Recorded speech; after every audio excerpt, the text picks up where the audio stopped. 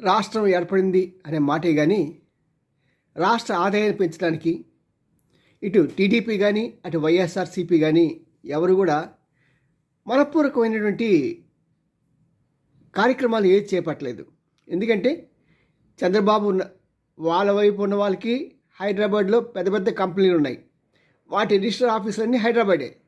అలాగే జగన్స్ గారి ఆయన ఆఫీసులు ఆయన వ్యాపారాలు అన్నీ కూడా హైదరాబాదే.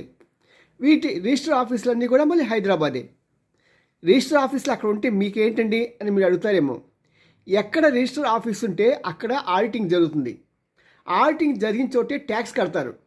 ఇప్పుడు ఈ మన ఆంధ్రాలో వీళ్ళు రాజకీయ నాయకులు అందరూ కూడా హైదరాబాద్లో కంపెనీలు పెట్టి అక్కడ వాళ్ళు ట్యాక్స్ కడుతున్నారంటే పరోక్షంగా హైదరాబాద్ అభివృద్ధికి వీరంతా దోహదపడుతున్నట్టు కాదా?